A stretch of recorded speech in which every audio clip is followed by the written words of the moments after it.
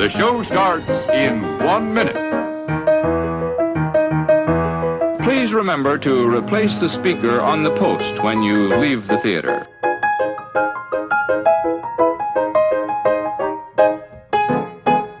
And now, on with the show. Hello and welcome to episode 91 of Saturday Matinee Theatre, brought to you by your friends at the LONGBOX CRUSADE. We are back in jolly old England in our recording studio that we have set up deep inside Sherwood Forest. I'm your host, Jared Albrecht, the art sale artist. Joining me, as always, is the Little John to my Robin Hood. It is Pat Sampson, a.k.a. DJ Cristados. How are we feeling today, DJ Cristados? I am doing good, Jared. Having fun and yeah, a good time here. And, I was just getting some guys together. We were just going to hang out in the forest here and just see if we can put some booby traps up and see what we can catch with some booby traps. Yeah. Nice. Yeah. I like it. It's a good plan. Yeah. We're learning how to tie slip knots and just all kind of different knots for these ropes that we have and just, having some fun. Yeah. These knots. I got it. These knots. Yeah. Mm-hmm. Now, we are also joined by the ugliest maid Marian of all time. It is my older, wiser brother, Jason, the Weasel Skull Albrecht. Welcome back to Sherwood, Jason. I'm getting really tired of you calling me the ugliest maid Marian, man. I got GIs coming back from the Crusades looking to hook up with me. They've been traveling for like 4 years. I mean, they are lining up at my door, son. Bring it. That's what I'm saying. Holy cow. Ugliest maid Marian. I have a comment about that later tonight if I remember to bring it up, actually, but hey, we'll get to that. We also have with us our lovable Friar Tuck. It is Delvin the Dark Web Williams, who appropriately enough was just snacking on something before we started recording. Welcome back to Sherwood, Friar. Thanks. It's soup, and it's a lovely broth. There's some Eckrich sausage in here, some Italian sausage.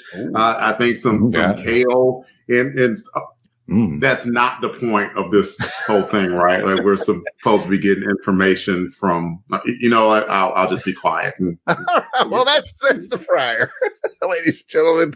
And we do have a guest. I don't know if we call him a guest. He's a frequent returner to the show. It is our old friend, old friend, Alan J. Portier, I think is how it's pronounced. Welcome back, Alan. It's Alain J. Portier. I was so close. It's Alan Porter. Welcome back, Alan. Welcome to Sherwood. Thank you. I'm just over here practicing my bad German accent. Yeah. Yeah. All right. Now, with our crew here, this is basically like a Rogue Agents episode. If you're not listening to On Her Majesty's Secret Podcast, you might as well, because it's the same crew. I want to pass it back to Little John What so he can do the show description. Give it to him, Pat. Well, Jared, I'm glad you asked. Saturday Matinee Theatre is a retro review, sometimes index show, brought to you by the LONGBOX CRUSADE, where we'll be taking you back to the past with some potentially overlooked retro awesomeness in the realm of television, movie serials, or films. Basically, if it's vintage and it's kind of forgotten, we're going to dig it up. On this episode, we will continue our indexing of all 39 episodes of the 1955 television series, The Adventures of Robin Hood. 1955's Robin Hood was produced by Sapphire Films, run by Hannah Weinstein and Sidney Cole. It starred Richard Green as Robin Hood and Alan Wheatley as the Sheriff of Nottingham. So take refuge in the forest, take off your quiver of arrows, and get cozy around the fire, and let the gregarious music of the merry men whisk you away into the past. But remember, a wise man doesn't choose a wife. He chooses a father-in-law. That's what I needed. It's the Robin Hood chord. Not to be confused with the James Bond chord. It's the Robin Hood chord.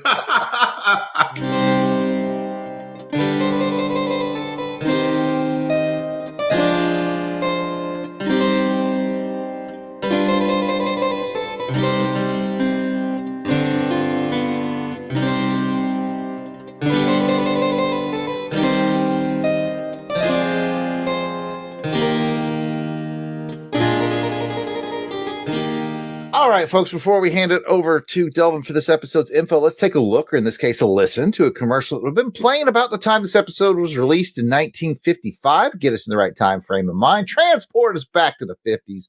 For this commercial retro rewind, we have Aunt Jemima Pancakes. It's chilly outdoors, but inside. For generations, frosty mornings have seemed warmer with stacks of Aunt Jemima buckwheats. Right, Aunt Jemima buckwheats, deep golden brown with a tantalizing buckwheat tang. It's the same today. Men still need a hearty, nourishing breakfast. And men love Aunt Jemima buckwheats. No buckwheats can equal that famous Aunt Jemima flavor. And they're so easy, easy, easy. Just pour out Aunt Jemima buckwheat mix from the yellow box. Then add milk. Serve with crisp brown pork sausage or with ham or bacon. Lots of lucky men can have Aunt Jemima buckwheats tomorrow if they only ask for them. Men, ask for Aunt Jemima buckwheat pancakes. Mmm, they're good. I am suitably hungry now, and I will start with Alan. I am questioning my masculinity because I have never, ever in my life asked for a stack of buckwheat pancakes for my breakfast, even though it's apparently easy to do so. You caught that, did you? As a man, all you got to do is I think it must be the most misogynistic, patronizing commercial that we've listened to on this show so far. You can't make it yourself because that's what the wife is for. That's what I'm just going gotta to sleep behind me. I'm just waiting for something to come flying across the room and crack me on the back of the head. But Alan, I'm single. How do I ask? Who do I ask? Ask the cats. Don't the cats know how to do it? They said it like you find some random woman at the bar. Hey, pancakes, buckwheats. I think that's how it works. I haven't been single in a while. I think it was twice in that commercial. It was like men love this breakfast. I'm like, what? Why are they only talking like who doesn't between two genders? Who doesn't love buckwheat pancake? Who amongst us? Wake Jill up and see if she wants some buckwheat pancake. Jill. The guys want to know if you also enjoy buckwheat pancakes. Anyway, let's go around the horn. Jason, what'd you think about buckwheat pancakes? Aunt Jemima. Before I answer the question, I thought this would be fun. Jared, taking a walk down memory lane. What day of the week would we most likely have Aunt Jemima buckwheat pancakes? I want to say pancakes was Mondays. What would we have on Tuesdays? Eggs. What would we have on Wednesdays? Hot cereal? Like we have on Thursdays? What do we have on Thursdays? You're killing it. My mom had a very strict schedule, by the way, folks. Thursday was, was that more? My instinct says it's more like something like Pop-Tarts or something simpler. Cold cereal, and if we were good, we got a Pop-Tart on the side. Yeah, it's cold cereal. So we split one. You get one out of the pack, and I got one out. Well, you split the pack. Wasn't it like free-for-all Friday, like whatever the F you could find for Fridays? Oh, sometimes she'd roll in with some donuts. Donuts on Friday. Something more store-boughty. By Friday, Mom didn't give an F anymore. She just the steam had run out. But Jason's not kidding. Like that, we live that breakfast schedule. That my mom's very scheduled, and yeah, absolutely. I still kind of keep that schedule to this day. Anyway, I'm guilty of it as well. Just peek behind the curtain. I felt like I was joining a cult, watching like because of the way everyone would reply to the question. Order the pancakes. Ask for the pancakes. Ask for the pancakes. They're buckwheats. It was crazy. I got the sense that buckwheats wasn't selling well, and they all knew that women were going out buying the groceries, and so they're like, "Man, you've got to step up and help us move these buckwheats." Are they synonymous? Are buckwheats and pancakes the same thing? I don't know. I got confused. Yeah. I was guessing like buckwheat was a type of pancake, like a more wheat based. Like today, I think they're more like bleach flour, but yeah, I was going to say maybe that's just what the wheat was in it, or I don't know. Delvin, I don't know. Buckwheats. I'm not asking you to explain buckwheats. It's your turn to talk on the court. You look so concerned. Like, what the hell do I know? Yeah, it's like, I am not an agriculturist. I was in the same business courses that you were, Jared. Listen, you mix it with some milk and you put it in a pan. And I'm glad they explained that, but it's like, if they're relying on the men folks to tell the women folks know how to make pancakes. They don't need the man to tell them how to make pancakes and then to make pancakes. You just go make the pancakes yourself. I do want pancakes now. You're right. So I digress. Yeah. Like the only thing that was missing from that breakfast was some eggs, because like if I got my meat there and I got my pancakes, I got to have some eggs with it too, right? You are at eggs away from a grand slam right there. Or either the grand slam or, I'm like toast away from the All-Star special at Waffle House. So like either way, we're winning, right? This is a win. I'm very happy because we're talking pancakes, and I don't really have anything else much to add, dude. I feel bad for the listeners who didn't get to see. When you see the pancakes that are in that commercial, you just want pancakes. I tell you, listeners, if you're going to listen to this, right now is the time for you to go to Longbox Crusade at youtube.com. and go and look at the video that we'll post with this, because I will take some screenshots and you'll see this in the video episode. Oh, so when the podcast goes up on YouTube, Pat will sprinkle in different photos during the conversation. So if you're doing the YouTube version, yes, man, they looked so good. Pat, you get to bring it home, man. Aside from the twice they told you that they were for men for some reason. I don't know why. And the deliciousness, anything left to add? You're right. They were so deliciously looking. Yeah. I was like, oh man. And the way that syrup was just spread out evenly, it had the crisscross of spread going on and the butter on top. The only thing that was missing, Jared, you know me, I like 2 pads of butter. 2 pads of butter. I knew it. That's what I like. Oh man, and those buckwheats would have just been good.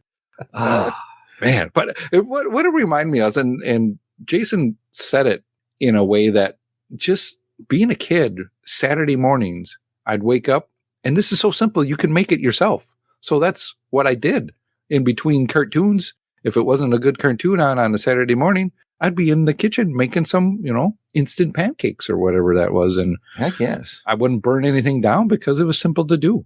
Heck yes. The only thing I'll add is what I'm so glad I sort of have a random list of commercials from the 50s that I just plug in when we do these. I'm so glad we did this one now because we're recording in December. You guys might not hear this one until a couple months from now, but with that wintry, blustery beginning and how cold it is outside, I was like, oh, this is so nice. And the voice, the Jason called them the cult voices, but gotta have those pancakes. Oh, it felt warm. It did. It felt warm.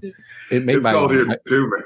It's cold here too. And so that made me want pancakes even more. For some reason, yes. It was some hot cakes right now would be delicious. Whoever did the marketing on that nailed it, especially for 1955.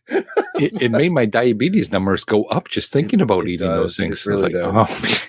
Well, now that we're all hungry for pancakes and we're all thinking about the 1950s, let's get with Delvin for the episode info.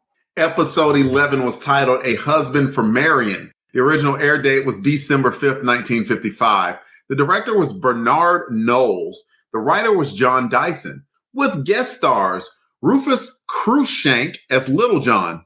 Don't worry, Jared has it covered in his fun facts. Alexander Gage as Friar Tuck.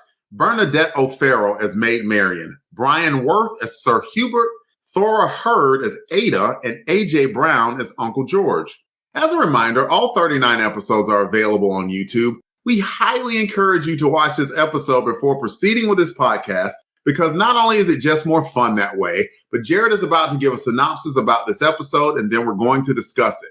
There are probably some spoilers heading your way, so if you hadn't watched this episode, we recommend that you pause here, go check it out on YouTube, and come back to join our discussion. It's only about 26 minutes per episode. It's a delight, too. It's Robin Hood, y'all. Not that big of a time demand.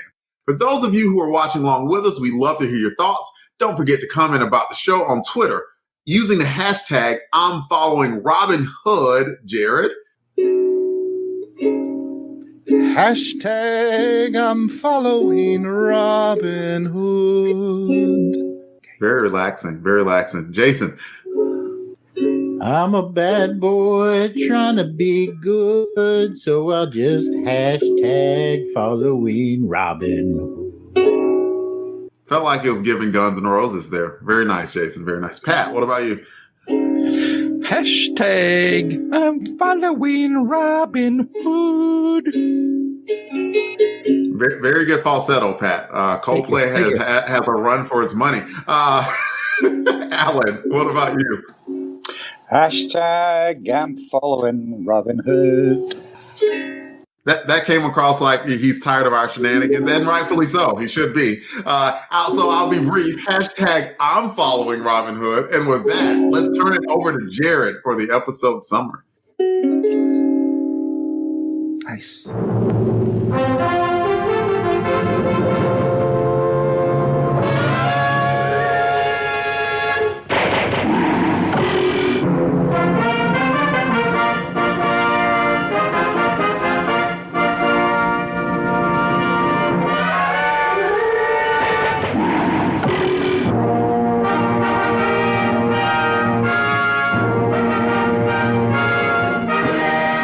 Sir Hubert is a sneaky weasel. During the Crusades, he paid a group of ruffians to attack Marian's father so he could save his life, thereby having Marian's hand in marriage granted to him. And now he's come to collect. He doesn't really care anything about Marian. He just wants the dowry of the land and the riches. And he makes the fatal mistake of spilling that bit of honesty to the merry men. They employ a trick where Robin pretends to be a German baron who Marian was betrothed 2 years ago, but the real German never showed up. Well, it's double ruse day because Marian also tricks Sir Hubert into thinking that she's a simple servant girl and that Ada, the usual servant girl, is Maid Marian. And you know what? It's complicated. In the end, everyone knows that Sir Hubert is a weasel, even Uncle George, and he runs off, never to be seen again.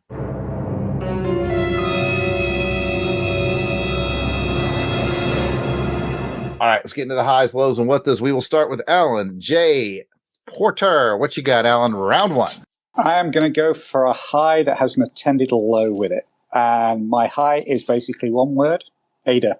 I thought she was brilliant. Yes. Funny. Yes. And then I realized who was playing her, and that explained why she was brilliant and funny.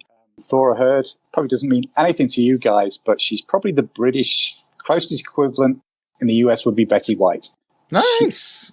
She is a well-known character actress, comedian, who basically her career lasted, this is incredible, from 1931 to 2003.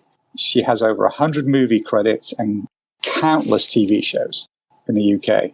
And she was a dame of the British Empire, incredibly well-respected and who worked pretty much right up until about 2 months before she died at the age of 91. So she was just a mainstay, Northern actress, mainstay of British TV, British film industry. Could do dark and serious, but best known for doing sort of light comedy stuff. So as soon as I was like, that voice, and then it clicked who it was. So it was great to see her in this early part because, you know, I sort of mainly saw her from the 70s onwards. So it was great to see her in this. I thought she was brilliant. The way she just fell in with Marian's plans, the way she was doing the miming in the background, that what was going on, coming up with schemes on her own. And my negative is, why the hell was she only in this one episode? She should have been a series regular. She hadn't played the maid previously. It was a different actress playing the maid previously. She just did this one episode. And I wish they'd kept her as a series regular as Marian's maid going forward. So for me, yeah, huge, big plus was having Thora Hird in there. The way she played the character was brilliant. I wish we'd seen her before, and I wish we got to see more of her in the series going forward. It's a pity she was just in this one episode. I'll shut up. I'll put my Thora Hird fan club membership card away now and shut up. I'm glad you brought that. That's really cool, extra fun facts. Really, that's fascinating stuff, and I'm glad you brought it. I was just going to mention the fact that they acted like she was like super ugly, and I was like, she's not unattractive. The guy was, she's like my age. I was like, I was like, that's not an L, bro. Like, you'll be okay. Pancakes? But she said this thing, and I kind of laughed because she was like, Yeah, no, I'm okay with being homely, whatever. I'm kept. I got a husband. He don't think I'm ugly, so everybody else can think I'm ugly. And I'm like, okay. All right. Good little take it back there. She's baking buckwheats for somebody. I'll tell you that for nothing. Mm-hmm.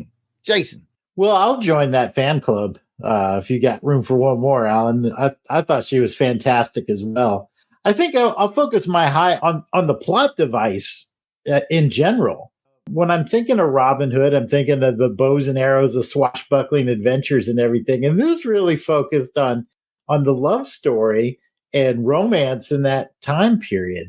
And I really got a kick out of it. It's an element I didn't expect. I didn't see it coming, where Robin and Marian they got a crush on each other, but they're still both playing it coy. And and she kind of throws out like, well, what if a suitor comes looking for me? It's not like I'm spoken for. And he's like, well, if that's how you feel about it. And, they almost get into a little tiff, but they're kind of floating out here trying to start a relationship in this really weird environment. And then in the background, you've got her dad, who's off fighting in the Crusades, her uncle, who must be like the way older brother, because if her dad's like her uncle's age, he ain't coming back from that war. I mean, he just ain't making it back. Let's just be honest here. I found a very tender moment in that when the uncle's like, it's my job, it's my duty to find you the suitor. I have to follow the will of my brother. But you can tell he's a little heartbroken, and she kind of pats him on the shoulder. And so there's just a lot of little subtle things about romance in this time period, and specifically the complications of the romantic wants and needs of Maid Marian and Robin Hood. So very entertaining. Indeed, it was. It was a bit different. More of a romantic comedy episode than anything else. Delvin, what did you think? There was another little subtlety when Robin found out about Sir Hubert's plan, and he was like, "That's ridiculous! Like, Maid Marian wouldn't want to get married, would she?" and he was saying it in the way like, "Okay, the intention here one day is for me to find a way to be with her. We are clearly super compatible, highly intelligent, highly athletic figures, that have much love and respect for each other, but." Even like somebody as confident as Robin Hood had just that little bit of doubt that was like, maybe she doesn't want to be spoken for with me, and she wants to go with this other guy. And you could tell like he played it very subtly, and I appreciated how that was done. I thought that was a very good piece of acting. They never let us down. Whether it's bold moments or funny, quirky moments, they never let us down. Speaking of people who never let us down, let's go back to Alan. I'm just kidding, Pat. Go ahead. Oh, boy. Ouch. You mentioned it earlier on that in the synopsis as well, too, is this was a fun episode. There was a lot going on. I liked the old switcheroo that they were playing, along with some deceptions and more deception. And it's just a big old rouge going on. So close, Pat. So close. Yes. So close. I liked it. Just a lot of layers upon layers of stuff going on that it kept me interested in watching it and just seeing how it unfolded. It really does have the 6-ish minutes or whatever. It goes by real fast when there's that much rusiness going on. Yeah. Be confused with ruginess. Over to you, Alan, for round 2. I'm actually going to pick up on my bad German accent earlier comment. I loved Robin's stereotypical cartoonish German baron.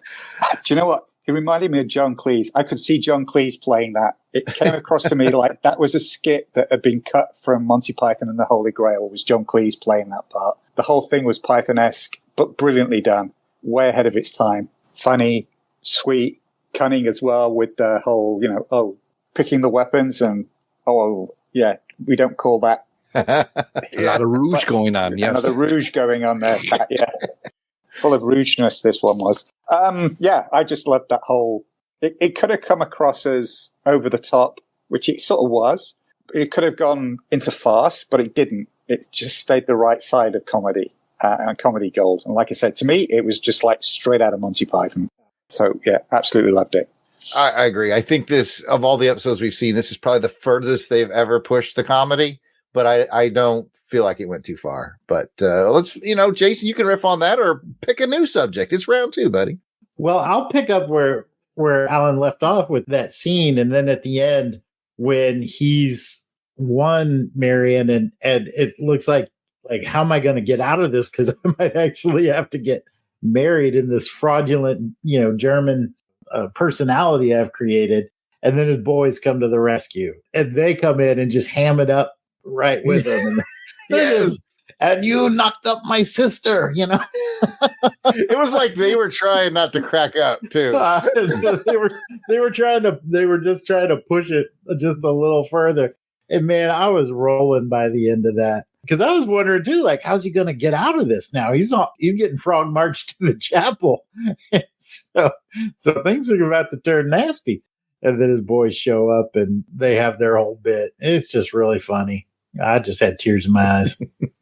Good stuff. Good stuff. Let's go to Delvin. I'm going to give a defense of sorts for Sir Hubert. I mean, maybe he was a turd, but he was a practical turd. He was smart. Right. First of all, we don't know what circumstances that this dude was in war. First of all, he was in war. So he was fighting. That couldn't have been fun.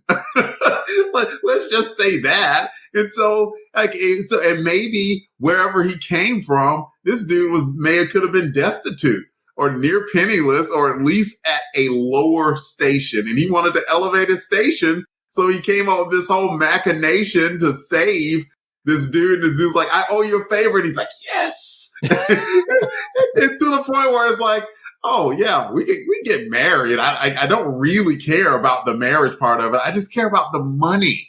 Maybe that's the way that they had to come up in freaking Robin Hood days, back in those times. And so I was kind of like, it's like, okay, yeah, he was absolutely a bad guy in this story and a little bit of craven coward going on there, but I understood it a little. That's all I'm saying. I understood it just a little bit. I married Johanna to give him the Puerto Rican rum fortune, only to find out they owned no part of that. Back in the day, though, Jared, all we had was encyclopedias. Like right? Right? Did they have any of those hotcakes, though? Yes, the buckwheat. Yummy. Speaking of hot cakes with 2 pats of butter, let's get 2 pats up in here. What's up, Pat? Round 2. Pats of butter. Yeah, you betcha. I'm still hungry.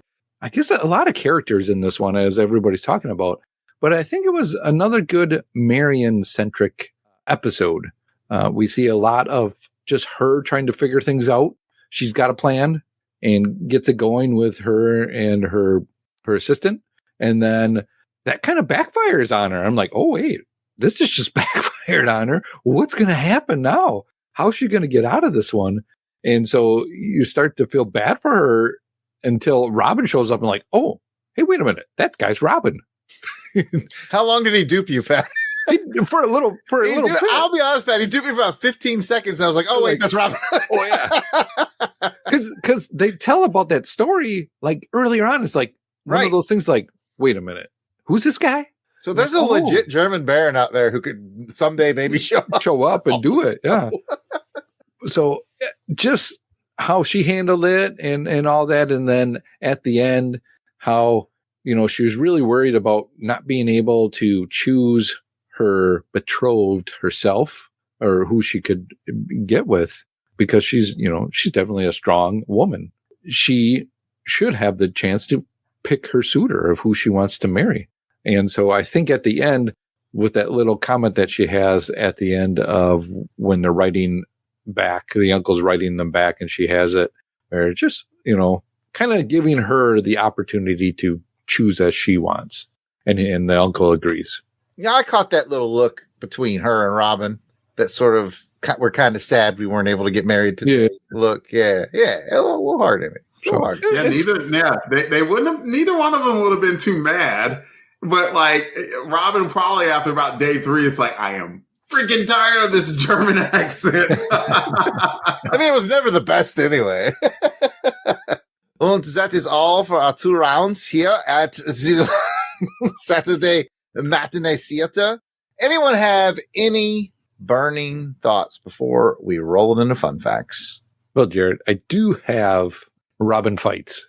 Oh yeah. If you want to. We got all Jason like mentioned like there was a pretty legit battle going on. Like Robin was whooping that dude's tail there, man. A little back and forth, yeah. But the guy was not a sissy neither. Dude knew what he was doing. Yeah. The He dude gave him a faulty shield, though. He did. Yeah. He Yeah. was a Well, scoundrel. not much chivalry there. Scoundrel. Anyway, Pat, Robin fights. Whack whack. All right. Well, here we go with some Robin fights. In the beginning, Robin fights jealousy Whack whack whack. because he gets a little. And then later on, he fights a German accent. Oh yeah. Yeah. Vop And vop then- vop. Then he fights the knight Sir Hubert. And then he fights a broken shield. Whack whack whack whack whack whack whack. Those are the things that I've got for Robin fights. Nicely done.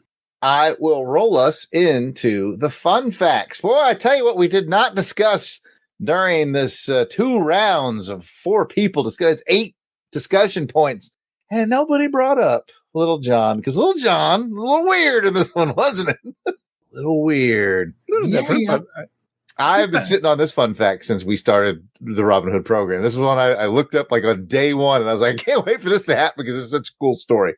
All right. Now, trivia question. Who remembers the name of the actor that usually plays Little John? Duncan. Archie Duncan. Correct. Archie Duncan, Archie yep. Duncan. We knew him from our Sherlock Holmes coverage. He played Lestrade. All right. Archie Duncan was briefly replaced by Rufus Cruikshank for 10 episodes, so get used to him. Duncan was injured when a horse bolted towards some spectators that were mostly children on the filming location of last episode's Checkmate.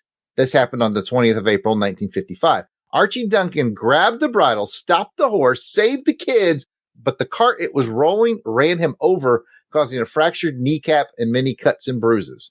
He received the Queen's Commendation for bravery and 1,360 pounds from Sapphire Films. Is that not the coolest? He saved a bunch of kids from a horse running away, man. That's amazing. I've never heard that story before. That is cool. I tell you, There'd have been some dead kids if that had been me. I didn't even try to stop your cart. The cart, yeah. Delvin was our only hope. Delvin was our Archie Duncan, man. That's right. Delvin Cox is going to be replaced by 10 episodes by Delvin Cox. I read that when we first started this, I was looking, the Wikipedias and the IMDb's and stuff, and I saw that story, and I was like, man, that's cool, but I didn't want to tell it till the new actor showed up. So I had to sit on that really cool story about, man, Archie Duncan's a dang hero. I mean, 1,360 pounds is nothing to scoff at, especially in 1955. But yeah, Queen's Commendation for bravery. That's pretty cool. That's a surprisingly specific amount. Like, you got 1,300. I just wonder if it was his fee for 10 episodes or however long he was there. Yeah, 1,360 pounds. And I don't know what that value is when you're not in Middle Earth where they use that kind of currency, but yeah, I have no idea. That's jokes for Alan tonight. I would say back in 55, and Alan, you feel free to weigh in on this. I know you were barely born or very... Hey, I'm not that old. Okay. I know you're close to my dad's age. He was born in 50, so you're a little younger than my dad. Okay. I want to say back then it was like a 2-to-1 as far as to dollars. We don't have to keep this in. This is just for Delvin to edit out. Yeah, around that time it was, yeah. I think it was about double. Yeah. So anyway, we all did decide we were going to pitch in and get you a Father's Day present. So, yeah, I noticed in the intro I got old friend. Yeah, I thought I was being subtle. I thought I was being subtle. I apologize. All right. So anyway, yeah, we're going to be seeing Rufus Cruikshank for a few more episodes. But I will say, in his defense, while we all certainly noticed it wasn't Archie Duncan, I didn't think he did a bad job. I think he's going to be an okay stand-in for this period of time. But we will look forward to the return of Archie Duncan. Behind the side note, when Alan got on the little devil on my shoulder back when we were doing the Holmes episodes, and I was like, I'm considering doing the Adventures of Robin Hood for the next one. Alan was like, do it. And that was the first thing he told me. He was like, Archie Duncan, man, there's your connection. There's your connection. let's get into the arrow ratings. 5 arrows means you loved it. And I think we might see some 5s tonight. If not, we're going to see some 4s, which is very good. 3 is good. 2 is just okay. And 1, I did not like it. I feel like I wasted my breath. No one's going to give it a 1 or a 2. Alan, you get to go first. Like you said, I think this is the one where they really pushed the envelope on the comedy. I think it could have gone so wrong so easily, but I think they just pulled it off perfectly. Like Jason said, I was just laughing out loud, particularly in the second half of this one. It's got to be a 5. It's not a great adventure. It's not got a strong moral message, but it was just straight out fun from beginning to end. Loved it. So, yeah, a 5. Oh, my goodness. Alan, the crankiest of us all, just gave it a 5. So I don't know what we do now. Only Weasel Skull knows for sure. Well, in order to get a 5 at this point, you've really got to do something that stands out from the other episodes. And we've had a lot of standout episodes. And as I said, this one brought a plot device that took me by surprise, pleasantly took me by surprise. And I just love to see the romance grow between these two characters who have great chemistry on screen, and watching this develop. And then I believe Thora Hird was the name of the actor, Alan. She was new. So I got a whole new character that I just loved and adored throughout the whole episode. 5 for me as well. Everyone's looking at you now, Delvin. 5 trains rolling away from the station. You gonna hop on, or you gonna wait for the 4 train? Or gosh darn, maybe the 3 train. Who knows? No, I'm definitely not at 3 level, but I can be convinced here. Like, I mean, if everyone else is getting up, like, I'm not gonna sit there just alone and not get up. So I politely defer my rating. I'm gonna go. I'm passing it to Pat. Oh, he's doing a deferral. Pat, are you gonna? Are we allowing deferrals? You know what? what? Like the halfsies? This is the first. Yeah, I don't. No, it's not. I pulled these shenanigans before. I checked with Laurel, Pat. Laurel said it's absolutely okay. Oh, okay. All right. I guess so then. So I'm like Alan and Jason. I can commit to putting a 5 down right away. I don't have to, like, 3 cool guys, Delvin, are going to put a 5 down right now. 3 cool guys, just put it down right there. I'm giving this a 5. Fine. I don't mind the 5. One, because, like, I'm reminded of when I was in high school, and I was a good student in high school, and, like, a good enough student that, like, I could, like, when I was able to drive, that I could, like, go off or, like, out of the high school and go drive and go get McDonald's and come back, and a teacher would see me and they wouldn't care. Well, why wouldn't they care? Because, like, oh, no, I already got, like, pretty much straight A's. They don't care. I'm getting my grades done, right? Well, look, Robin Hood, like, even a bad episode, there hadn't been a bad episode. So even the not ridiculously, like, wonderful ones have still been very good. So it gets, I have no problem giving it a 5, like, based off of that alone, because it can get the benefit of the doubt, and I feel absolutely okay with it. Will there be McDonald's pancakes involved in this story at any point? well, normally I was going for lunch. Oh, yeah. Get some of the griddles. I got pancakes on my mind. All right. Honestly, the funniest part about it is I know I gave Dylan crap for doing a deferral, but in my mind, I was thinking, if this thing gets around to me and it's all 5s, I'm absolutely doing a 5. Because although I do prefer a more adventurous and noble adventure of Robin Hood to the comedy, I think I will actually give I'm thinking a 4. I will afford this one a 5. I got you all. No. Yeah. It's a 5. It's a rouge. That was a rouge. It's all twists and turns. It's a 5 because we did get a good fight between the two of them. And old boy tried to cheat with the shield, still didn't win. So is it a 5 or is it un funk? It's un funk, yeah. So yeah, check this one out. This one is definitely a step to the side, I guess, what we normally get. It's a little more comedy, but it was a lot of fun. No offense at all to Alan. Had I watched this one before we invited him, I might have invited Ruth and Darren back for this one, since they are big on the Marian episodes. No, I'm glad you're here, Alan. That's no. Well, yeah, I'm just, yeah. I know when I've been insulted. Yeah, I know. No, I love that you're here, but I wanted to shout out Ruth and Darren especially. I think they would have really enjoyed this episode. They've probably already seen it. If you're listening out there, Ruth and Darren, and you haven't seen this one, check out what's it called? I think A Husband for Marian. Is that Husband for Marian. Marian, yeah. Yeah, well worth your time and effort. By the way, I just worked out the Archie Duncan payment is equivalent in US money today, $45,783. All right. In today's currency. So, all right. Maybe I would exchange rate. save those kids. 45 grand for 10 weeks. That's not bad. Yeah. So. Oh, Archie Duncan. Definitely learning to like that guy. All right, guys. I believe it's time to go to the Sherwood Forest mailbag, where we kick off these comments with special shout outs to our Crusaders Club members. Fine folks have joined our crusade. They get early access to the Longbox episodes. They get to vote on show content. They get entered for raffle prizes, so much more. These are the folks who are reaping the benefits and giving so much appreciated support to the show. Alan W. Wright, the bold outlaw himself. Angelica Wolf, who needs no introduction other than a how. Auburn Elvis. Bill Buckwheat Beer. Billy Buckwheat D. I could have gone wrong. Bradley DeLoe. Braxton Underwood. Carrie. Clinton Robertson. Captain Entropy. Clark Westfield. Dave. Saddle Buckwheat Wagon Collins. See, it was like single parentheses and a double and then back to single. Anyway. Eric Hodges. Eric Porter. Ezra Gallows. Just realized that Eric Porter is probably Alan. Anyway. Gary V. Gene Hendricks. George Meal. Gerald Green. Und Heinz K. Jason Keene. Jason Lady. Jeff Holyer. Jeremy L. Ooh, it's my turn. That means Jim Jarman. I hope you like Jim Jarman too. I do. Jim Meal. Joe Man Conan.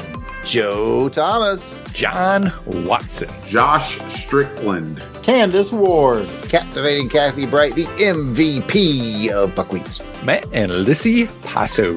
Mark Ross. Maxwell Traver. Michael Minton. Miranda W. P.D. Devins. The P stands for pancakes. What's the D stand for? Buckwheats. These cakes? Diphtheria, unfortunately. Paul Hicks, who eats his pancakes upside down. Puts down 2 pats of butter and then puts a pancake on top. Puts syrup all over his plate and splash. Syrup, then butter, pancake. I got it. Rick from Jeff and Rick Present. Ronald Easterday. Rob Morgan. Samantha Maney, and she eats many a pancake. Sean Urbanski. Spidey, give me 67 pancakes. Spreadsheet. Like you would spread some butter. That works with pancakes. Steve Cronin, and he likes pancakes because it is good. Tim Price deserves no pancakes. I don't know why I'm always coming at Tim. Oh, I love you, Tim. I don't know why it happened. Tony Pennington, where he likes his pancakes with honey. Ooh. And last but not least, Pennington Bear. It's marmalade. That's Paddington. Oh, marmalade. That's right. That's marmalade. Never mind. Oh, since we're mixing stories, oh bother, and no, Pat, it stays. It stays. And last but not least, Toronto Cops. Cops usually like donuts, but pancake is kind of a donut if you think about it. Back to you, Jared. I am thinking about it. If we missed anyone on our list, we apologize. Keep in mind we record these episodes well in advance for release. If you're a recent edition, we will add you soon. Don't worry. You can always let us know we missed you by sending an email to contact@longboxcrusade.com. Subject line, pancakes. We'll straighten it out. You might be asking yourself, how do I become a Crusaders Club member? And it's simple. Patreon.com/longboxcrusade. $1 a month. Access Crusaders Club. Check out. Got rid of a bunch of words there. It's good. If you don't have any extra scratch laying around, you want to help us out here at LBC headquarters, take a moment to write a review wherever you're listening to this. And even if you want to keep it short, maybe star ratings, if you're on a platform that does that, we'll take that too. Just helps us raise the profile of the show. And we'd love to share your review on the next show. And hey, if you haven't subscribed to our YouTube channel, we'd appreciate it. It costs, I looked into it, $0. And we would love to have you on over there. Why do you keep charging me $5 an episode? Let's get to the comments. This one is from episode 86, where we did episode 9 of Robin Hood, which is called Checkmate. And I think that's the one where the Archie Duncan did his thing. He got checkmated. That's right. We got one comment on that episode, which is not bad for Saturday Matinee. No, we've just upped our total by 100%. That's right. This is an infinite percentage increase, I think. It is actually from Ruth Sutherland, who says she always enjoys the Robin Hood conversations. Oh. And by the way, if you want to be part of the conversation, not only can you, Longbox Crusade us wherever, but leave us a voicemail, 707-532-5269, 707-532-LBOX. It is the phone you will be picking up, y'all. That was a lot. Go to Jason. That's it for this episode of Saturday Matinee Theatre. If you'd like to hear more from us in the realm of comic books, check out the Longbox Crusade. Pat, you're up.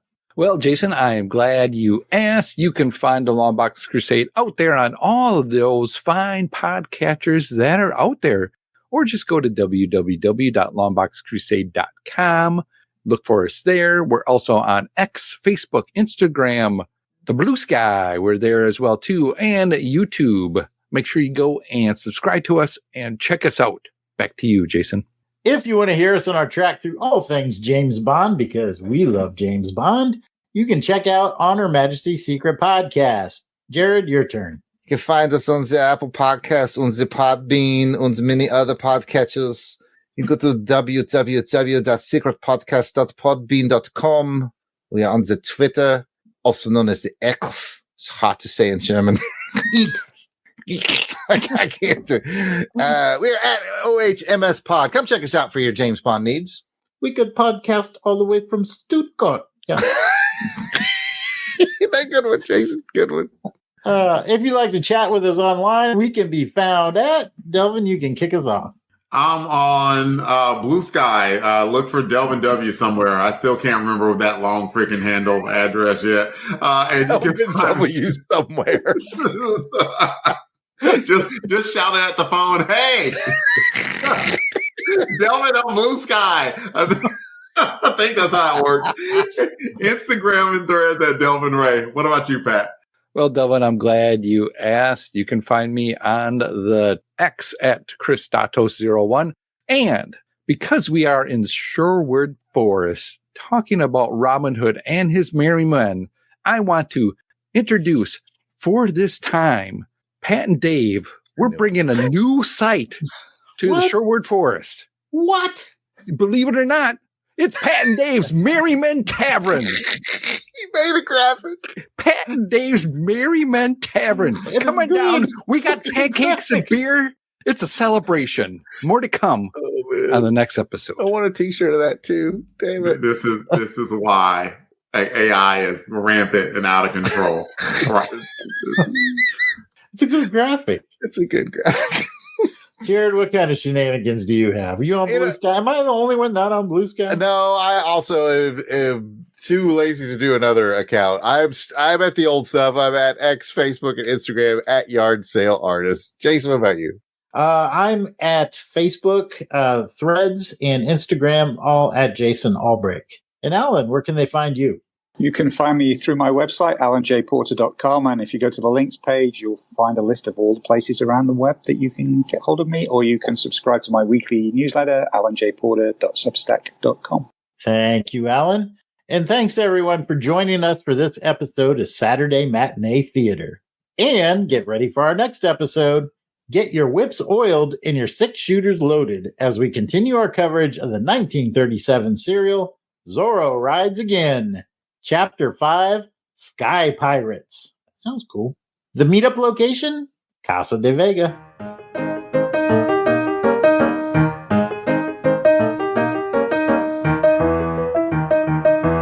Please remember to replace the speaker on the post when you leave the theater.